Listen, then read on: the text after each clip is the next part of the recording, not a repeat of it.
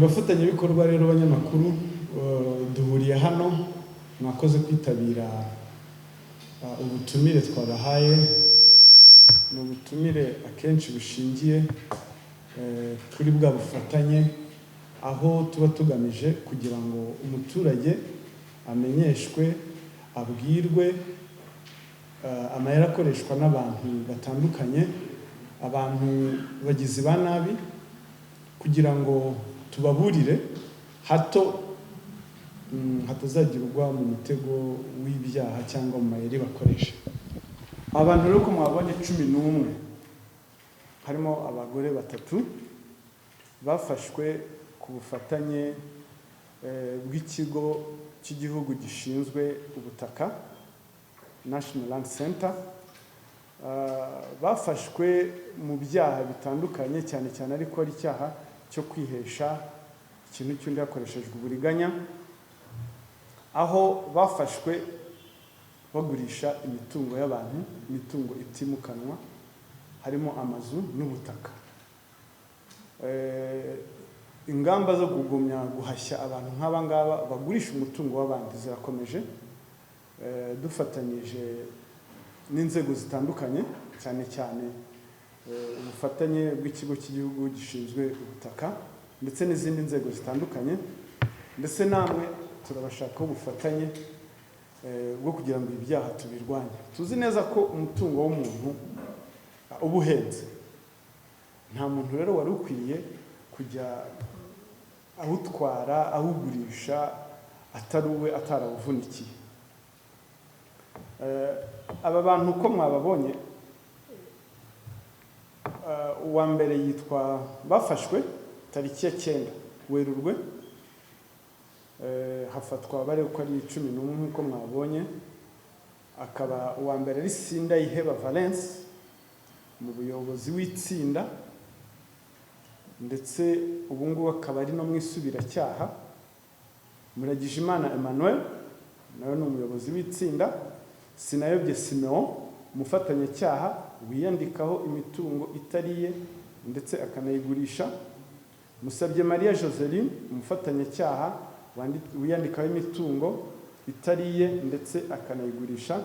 Nikuze Brigitte, umufatanyacyaha wiyise nyir'umutungo agaragaza ko atanze procuration kugira ngo umutungo ugurishwe. Umwari Jeanne d'Arc, umufatanyacyaha nawe wiyise umwana wa nyir'imitungo agaragaza ko ari umuzungura. Miruho Asiere, umufatanyacyaha wahimbye icyemezo cy'urukiko cyemeza ko izungura ryemewe. Maître Bahati Pierre Canisius akaba ari avoka ndetse akaba ari na noteri wigenga, akaba ari umufatanyacyaha wemeza ko procuration ari iz'ukuri akaziteraho kashe. Mudatsikira Innocent uzwi nka Cyusa Brice, umufatanyacyaha wahimbaga ibyangombwa by'ubutaka, nawe uyu ni isubiracyaha. Nangoga John, umufatanyacyaha wahimbaga ibyangombwa by'ubutaka. Gatera Jean Baptiste, umufatanyacyaha washakaga abagura imitungo. Aba bose bafungiye kuri sitasiyo ya Kicukiro, Kimironko, Remera, Nyarugenge na Nyamirambo, na dosiye yabo ikaba yoherejwe mu bushinjacyaha. Ibi byaha rero bakurikiranyweho uburyo babikora kandi tubanze tubasobanurira ibyaha bakurikiranyweho. Ni ibyaha 5: gushyiraho umutwe w'abagizi ba nabi cyangwa kujyamo, kwitirira umwirondoro, kwihesha ikintu cy'undi hakoreshejwe uburiganya, gukoresha inyandiko mpimbano n'iyezandonke. Igihano gito bahabwa baramutse babihamijwe n'urukiko ni imyaka 2, ariko ikinini kirimo ni imyaka kugera kuri 15. Aba rero uburyo bakoramo icyaha, aba bose bafatiwe muri case 4 ariko zifite aho zihuriye. Zose zifite icyita rusange kimwe, ko ari ukugurisha umutungo utimukanwa w'abantu, ubutaka ndetse n'inzu. Iyo tuvuze ubutaka ubwo ni isambu cyangwa ni ikibanza kirimo n'inzu. Uyu Sindayiheba Valence ni umuyobozi w'itsinda ry'aba bantu bakekwa, afatanyije na bagenzi be aribo, ubwo ni muri case ya mbere. Muragijimana Emmanuel, umuyobozi w'itsinda nawe Sinayobye Simon umufatanyacyaha wiyandikaho imitungo itari ye ndetse akayigurisha. Musabye Maria Joseline umufatanyacyaha wiyanditseho imitungo itari ye ndetse akayigurisha. Nikuze Brigitte umufatanyacyaha wiyise nyir'umutungo agaragaza ko yatanze procuration kugira ngo igurishwe. Aba badamu mubonamo buriya bo bagira uruhare rwo kwitwa umugore wa kanaka, ubwo bajya kugurisha hakagurisha umugore n'umugabo bacuze ibyangombwa rwose biri mu mazina yabo. Ubwo ni rwo ruhare rwabo rwo kwitwa umugore n'umugabo. N'ubabonye rwose akabona ko muri kesere ya mbere Nikuze Brigitte hano nawe yashatse ibyangombwa yiyise ko ari nyir'umutungo agaragaza ko atanze procuration, ayiha Sinayobye Simeon na Musabye Maria Joseline. Ubwo Sinayobye Simeon na Musabye Maria Joseline baguze nk'umugore n'umugabo. Biyita umugore n'umugabo bitewe n'uko umutungo uteye, niba wanditse ku mugore n'umugabo. Hano Nikuze umutungo bari bagiye kugurisha wari wanditse ku muntu umwe.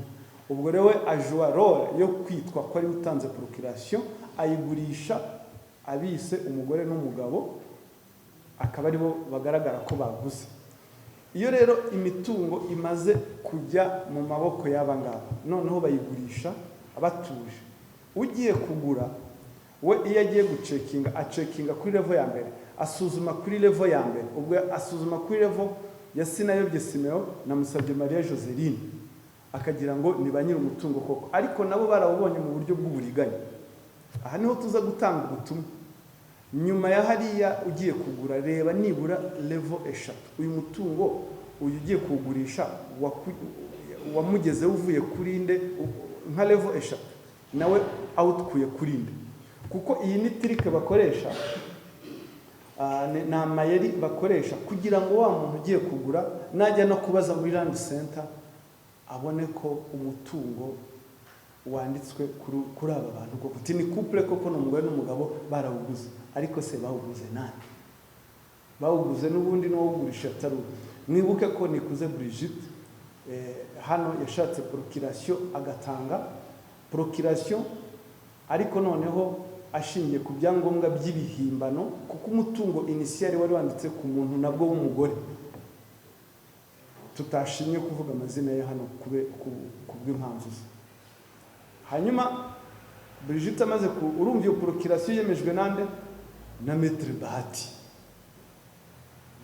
nka noteri, akora transfer agenda ijya kwa Sinayobye Simeon na Musabye Imana Joseline nk'abaguzi. Aba nabo mu bugure bwabo ni abantu baba bafite amafaranga batanze miliyoni 50, ariko mu mutungo bandika ko baguze 210 miliyoni 210. Icyo baba bashaka kugaragaza ni iki? Bavuga ngo batanze miliyoni 50 niyo bagaragaza, andi batanze cash. Ubwo difference ya miliyoni 210 ikinyuranye cya miliyoni 210 nibyo bavuga ngo batanze cash. Icyo bagamije ni iki? No kugira ngo uyu nguyu ni umuntu ufite amafaranga ari kuri muri deal cyangwa uri muri ubu bwambuzi bushukana. Hanyuma iyo bagiye kugurisha akuramo za miliyoni 50 ze yatanze mbere, yarangiza bakamuha n'inyungu ye bakagabana, ariko banje gukuramo. No kuvuga ngo washora amafaranga ariko mu bwambuzi bushukana muri aya mafuti yo kugura muri ibi byaha.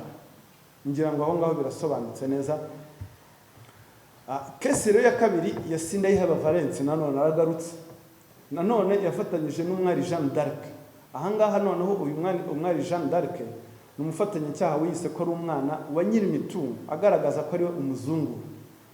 Miriho Asier nawe yajemo, akaba ari umufatanyacyaha wahimbye icyemezo cy'urukiko cyemeza ko izungura ryemewe. Bageze naho bashobora guhimba icyemezo cy'urukiko, ariko iyo ushishoze usanga kitari original. Aha ubutumwa duha nk'umuntu kitari cy'umwimerero duha abantu bagura, nuko kwitwa umuzungura, ugiye kugura n'uwitwa umuzungura uba ufite umwanya, kuko ufite amafaranga yo kuba wajya muri ASMS ukareba ko koko urwo rubanza rwigeze kubaho. hano aba bose rero bahimbye urubanza rw'urukiko rugaragaza ko ubutaka bw'abantu bitabye Imana buhereye mu karere ka Nyarugenge umurenge wa Kiyovu bwari bwemewe n'amategeko ko bwimuriwe ku muzungura wabo ariwe umwari Jeanne d'Arc. Ababyeyi barapfuye, bakinnye scenario ko umubyeyi yapfuye, ababyeyi bapfuye, akaba hasigaye umuzungura umwe witwa umwari Jeanne d'Arc, bagahimba ibyangombwa, bamara guhimba ibyangombwa akitwa ko ari umuzungura, hanyuma ubwo rero nk'umuzungura nawe ajya kugurisha. Nyuma baje kugurisha uwo mutungo, ariko baza gufatirwa mu cyuho, aho urwego rw'ubugenzacyaha rwari rwamenye amakuru, bafatirwa mu cyuho batari bishyura amafaranga yose. Agaciro k'uwo mutungo bari bakabariye agera ngo kuri miliyari 1, bafatwa batarayishyura yose, bari bamaze kwishyuraho miliyoni zigera kuri 200. Ariko izo nazo zahise zifatirwa aho bari bazibikije. Kese rero ya gatatu, Muragijimana Emmanuel nanone yafatanyije na Maître Bahati Pierre Canisius, mwumvise ko ari umwavoka akaba ari na notaire wigenga, nanone yemeza za procuration, akemeza za procuration ko zemewe n'amategeko. No kuvuga ngo aba bose uriya no mu metri wabo iyo habaga hari icyangombwa gisaba procuration bizwi nka power of attorney cyangwa se uburenganzira bwo kugira ngo ubutaka bukujeho cyangwa uburenganzira bwo ushobora guhabwa kugira ngo ugurishe, uyu Maître Bahati niwe bitabazaga akabyemeza nka notaire agateraho kashi. Indi kesi ya kane, Mudatsikira Innocent uzi nka Cyusa Brice Ngoga John, igihe baberekanaga hano hari inyuma hari umuntu wambwiye ngo babaseje ubundi mwabaparedinze, nibyo koko abenshi hano barimo mu isubiracyaha. Uyu rero nabo nanone Mudatsikira Innocent uzwi nka Cyusa Brice na Ngoga John na Gatera Jean Baptiste n'abafatanyacyaha. Aba bose bakaba nabo barafashwe bagerageza kugurisha umutungo wari uherereye mu murenge wa Ndera, ukaba rufite agaciro kagera kuri miliyoni 800. Bahita bafatwa batarawugurisha, ariko ibyangombwa by'ibanze bari bamaze icyaha bari bamaze kugikora, ariko batarishyurwa, ubwo nabo barafatwa. Umuyobozi wabo nanone master planner akaba ari Sindayiheba Valence. Ubu imitungo amaze kugaruzwa agera kuri miliyari 1 mu byo bari bagerageje kwiba. Amayeri rero bakoresha aba bantu, icyambere bashaka amakuru ku butaka, bakamenya ubutaka n'ubwa kanaka bwanditsweho nde, hari n'ubutaka bagurisha bwari buri ku isoko bukeneye kugurishwa ariko bukagurishwa mu buryo bw'amanyanga. Hari igihe umuntu akenera kugurisha ubutaka bwe cyangwa inzu, aba rero bo bakabyihuta mbere bakariganya umuntu runaka. Urumva amakuru y'ubutaka bugiye kugurishwa, amakuru barayashaka, bamara kuyamenya ayo makuru rero niyo bashingiraho bacura umugambi, bagakora itsinda, bagacura ibyangombwa biri mu mazina ya nyiri umutungo nk'uko bashaka ko bigenda. Niba ari umutungo wanditswe mu mazina y'umugore n'umugabo, bakagerageza gushaka umugore n'umugabo nka kwa kundi mwabibonye. Hanyuma hakazamo no gutanga uburenganzira bwo kugurisha ariya procuration cyangwa power of attorney, ikemezwa na noteri uba washatswe. Hano mwumvise ko harimo Maître Bahati Pierre Canisius. Bakabanza bakayishyira no mu mazina yabo. Hari naho kiriya kintu iyo bamaze gufata procuration kwa kundi bimura bagashyira mu mazina yabo ubwabo, noneho bakaza kugurisha neza. Wowe ugura ukaba uzi kugura n'umuntu runaka. Aho rero niho hazamo umwari Jeanne d'Arc, hariya mwabonye nk'uzungura Sinayobye Simeon na Musabiye Imana Joseline nk'umugore n'umugabo. Ibi rero ni ibyaha tubona by'ubwambuzi bushukana bisaba ko abantu bagenda bita abantu bagomba kugenda bagira amakenga. Aha rero nk'uko mwabonye buri muntu wese buriya abafite uruhare rwe, hari ujya gucurisha ibyangombwa, hari ukora procuration, hari uhimba scenario, hari utanga plan nk'uko babivuga, aribo ba mastermind. Ibyo byose buriya ngo no mu kugabana bishingira ku ruhare buri umwe wese mwagize. Mwabonye ko ari n'isubiracyaha Sindayiheba Valence ari mu isubiracyaha, aho muri 2018 yarekuwe nabwo ku cyaha nk'iki ngiki cyo kwihisha ikintu cy'undi akoresheje uburiganya. Mudatsikira Innocent uzwi nka Cyusa Brice na Ngoga John nabo bakaba mu mwaka wa 2024 ngira ngo mu kwezi kwa 9 cyangwa mu kwezi kwa 9, nabo n'ubundi niba mubibuka neza nabo twarabagaragaje nabo ku byaha nk'ibi ngibi byo noneho cyo gihe bagurishaga imodoka z'abantu. N'uyu Musabye Maria Joseline nawe nisubiracyaha. Ibyaha rero bakurikiranyweho ngira ngo nabasobanuriye n'ibihano byabyo, nk'iki cyo gushyiraho umutwe w'abagizi ba nabi uhanwa n'ingingo 224 y'itegeko riteganya ibyaha n'ibihano muri rusange. Igihano bahabwa baramutse babihamijwe n'urukiko ni hagati y'imyaka 7 n'10. Hanyuma ikindi cyaha gikurikiyeho kwitira imyirondoro ni icyaha gihanwa n'ingingo ya 40 y'itegeko ryerekeye gukumira no guhana ibyaha bikoresheje ikoranabuhanga. Igifungo bahabwa baramutse babihamijwe n'urukiko ni igifungo cy'imyaka 3 kugera kuri 5 n'ihazabu y'amafaranga hagati ya 1 million na 3 million. Kwihesha ikintu cy'undi akoresheje uburiganya ni icyaha nacyo gihanwa n'ingingo y'174 itegeko riteganya ibyaha n'ibihano muri rusange. Igihano gihari ni kuva ku myaka 2 kugera kuri 3 n'ihazabu ya 1 million na 5 million igihe baramuka babihamijwe n'urukiko. Guhimba inyandiko cyangwa gukoresha inyandiko mpimbano ni icyaha nacyo giteganywa n'ingingo ya 276 y'itegeko riteganya ibyaha n'ibihano muri rusange. Igihano bahabwa baramutse bagihamijwe n'urukiko ni igifungo kiri hagati y'imyaka 5 n'7 n'ihazabu ya 1,5 n'icyaha cy'iyezandonke. Icyaha cy'iyezandonke gihanwa n'ingingo ya 56 y'itegeko ryerekeye gukumira no guhana iyezandonke.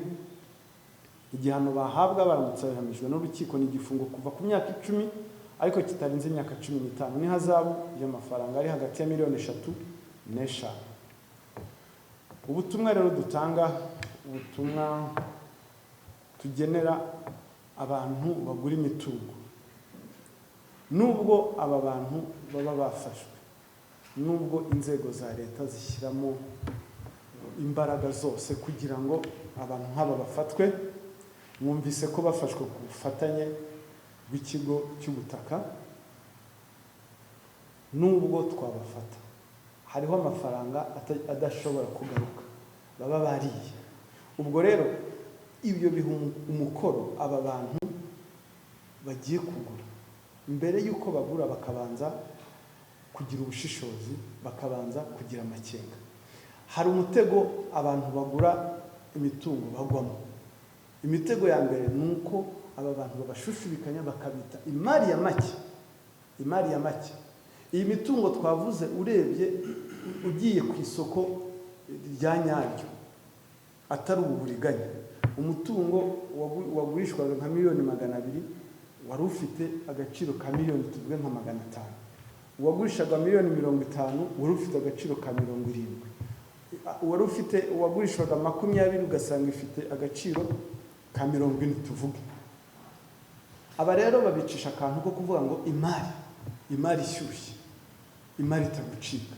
Ubwo hakaba hari n'abandi bantu muri bari abafatanya icyaha, hariho uza bakoresha amagambo yabo ngo ni gusheta wa munyemari uje kugura, hakaza undi yihuta ushaka kumutanga imari akamushyirishamo, azanye igifurumba kirimo ibipapuro, abantu bakavuga toya tuyunguye rwose niwe wemeye tugiye kuturi inyangamugayo ntabwo tugurisha abantu babiri ngo ngaho tubwire wowe uragura cyangwa tugurisha uriye wa wundi uje ushyushya gusa utari bunagure kavuga ati rwose mwinyime imari nubwo ejo nagiye ntavuze ariko nisubiyeho nzanye amafaranga wa wundi nawe akumva ko imari igiye kumucika agahita arekura ifaranga bakanamupandisha gutyo. Aho rero mu by'ukuri ubutaka bw'u Rwanda ntabwo murabizi ntabwo ubugurisha nkaho buri buhombe, ntabwo buba expired. Aho rero umuntu ugura imari yarakwiriye kugira amakenga, ntabwo yarakwiriye gushyirishwamo n'abantu. Gushyirishwamo n'abantu nabibabwiye nizo terme bakoresha, bakamwihutisha akagura ikintu huti ntabanje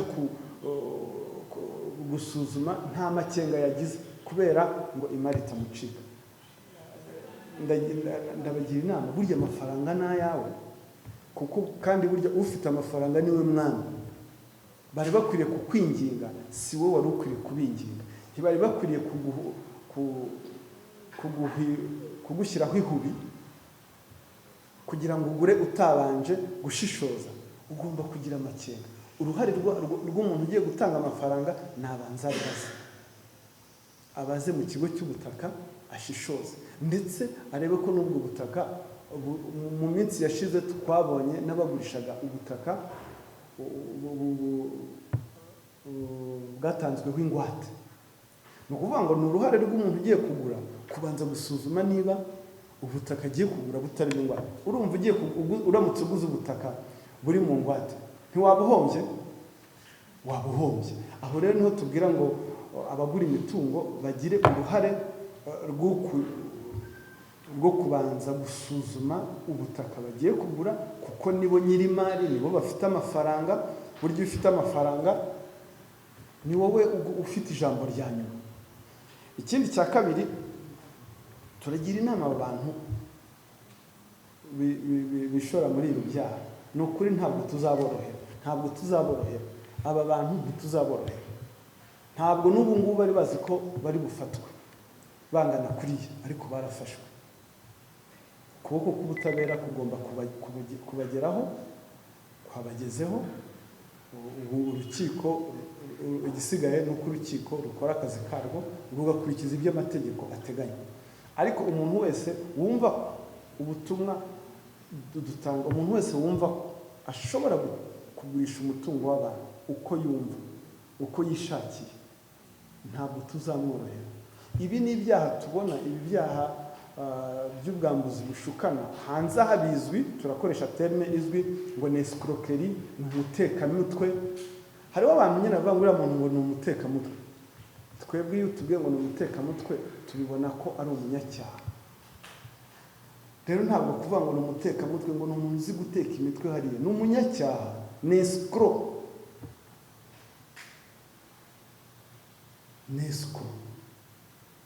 Aba ni ibyaha tubona bigenda bishingiye ku iterambere ry'igihugu, aho babona ko tugenda tuva mu byo bita ibyaha bikoreshejwe ikiboko tujya mu byaha twakwita white collar crimes. Bya byaha umuntu agushuka amafaranga ukayamuha n'umutima mwiza utamukoze mu mufuka, kuko ubu ngubu nta muntu ukigendana amafaranga mu mufuka. Rero icyo akora ni uko akumvisha ukuntu ugiye kugura imari, akagira ibyo gushuka ukayamwihera, warangiza kumubona ntibyongere.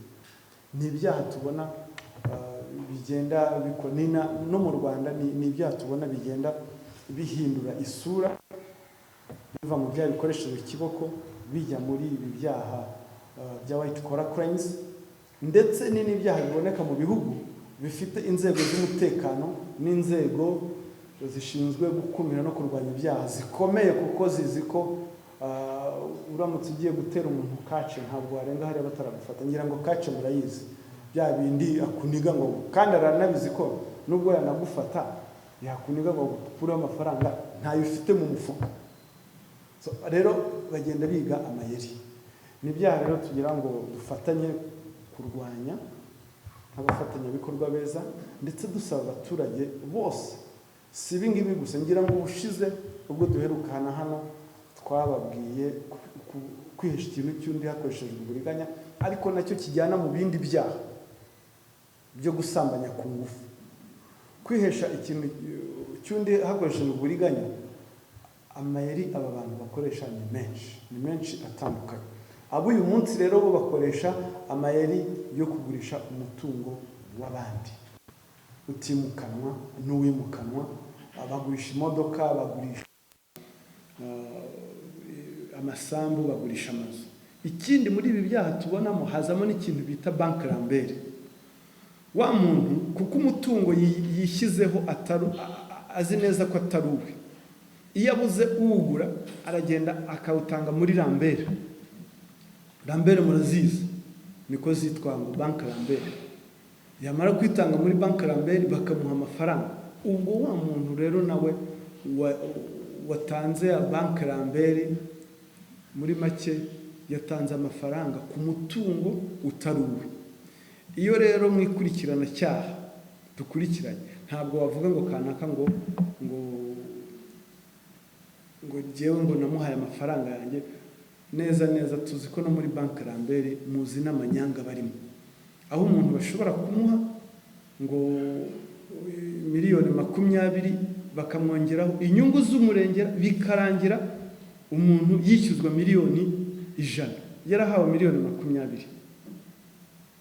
Bantu mwishora muri banque Lambert, ndababwiza ukuri, ibyo turi kubona hano hanze, umutungo wawe barawugutwara gutyo.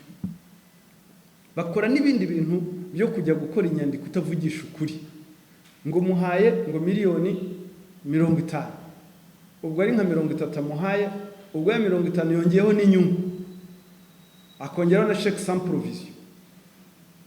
Bakavuga ngo mu bukererwa uzajya ngo ku bukererwa uzajya yongeraho 10%. Ugasanga umuntu hari n'igihe nibaza, ni gute uguye miliyoni 20 ugatanga inzu yawe ukandika ngo muraguze inzu yawe ifite agaciro ka miliyoni 70? Ubwo bupfayongo bubahe?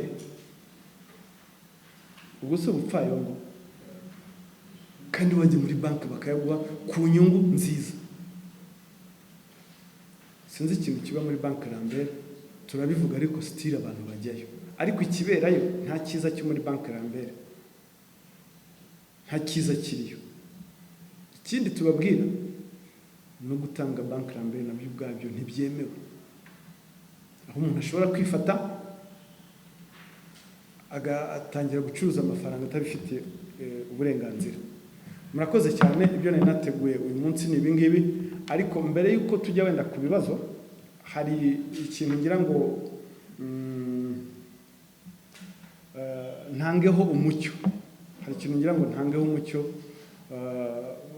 Mu minsi yashize hari ibintu byagiye byandikwa ngo umuvugizi wa RIB ngo yavuze ngo mabuja na databuja ngo bigize icyaha. Nk'umunyamategeko wize amategeko uzi ibigize icyaha, ntabwo ibintu nabitinyuka. Gusa habayeho wenda ko umunyamakuru ashobora kuba yarabyumvise nabi akabiha ango itariyo, noneho ngo bigakubitira no muri weekend, ngo muri weekend ngo amakuru aba yabuze agatwika. Niko kantu kasirikiraga. Uwanditse ngira ngo yabyumvise muri context itariyo, ntabwo ariko nabivuze.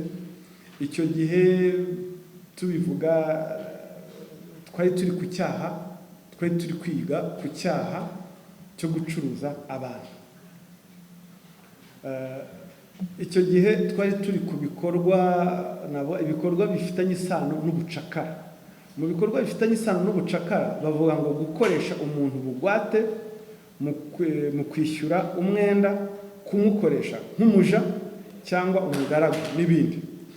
Mubo rero twari turi kwigisha, hari umwe wabajije kuko yahise yumva ijambo umuja, ahita abaza ati se buriya urabona nk'iyo tugiye nko muri rya soko, mu masoko ujya kumva umuntu araguhamagaye ngo mabuja, ngo databuja, ngo nagufasha guhaha, ngo ibyo ntibigize icyaha.